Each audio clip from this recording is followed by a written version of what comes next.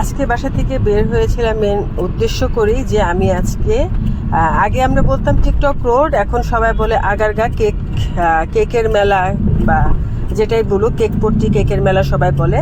তো সেখানে যাওয়ার জন্য আমি বাসা থেকে বের হয়েছি যে সিমি আপার খিচুড়ি খাবো। ওনার মানে স্টলে কখনো আমার যাওয়া হয় নাই, তো কেক খাওয়ার ইচ্ছা ছিল না, সেজন্য ওইখানে কেক খেতে যাই নাই। আজকে খিচুড়ি খাওয়ার উদ্দেশ্যে বের হলাম। বের হয়ে যেয়ে দেখি যে খিচুড়ি ছিল, হাঁসের মাংসও ছিল, গরুর মাংসও ছিল, সবই ছিল।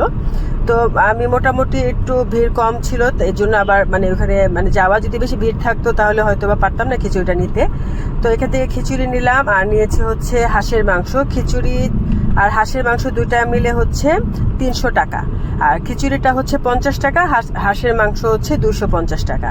তো খিচুড়িটা হাঁসের মাংস মানে এভারেজ যদি আমি দুটাকে কম্বো করি তাহলে দুটা খাবার দুটা ভালো। হাঁসের মাংসটা ভালো, হাঁসের মাংসটাও মজা, খিচুড়িটাও মজাই আমার কাছে ভালো লাগছে। মানে এর থেকে ভালো খাবার মানে আগারগাতে ওইখানে খিচুড়ি হাঁসের মাংস পাওয়াটা একটু টাফ।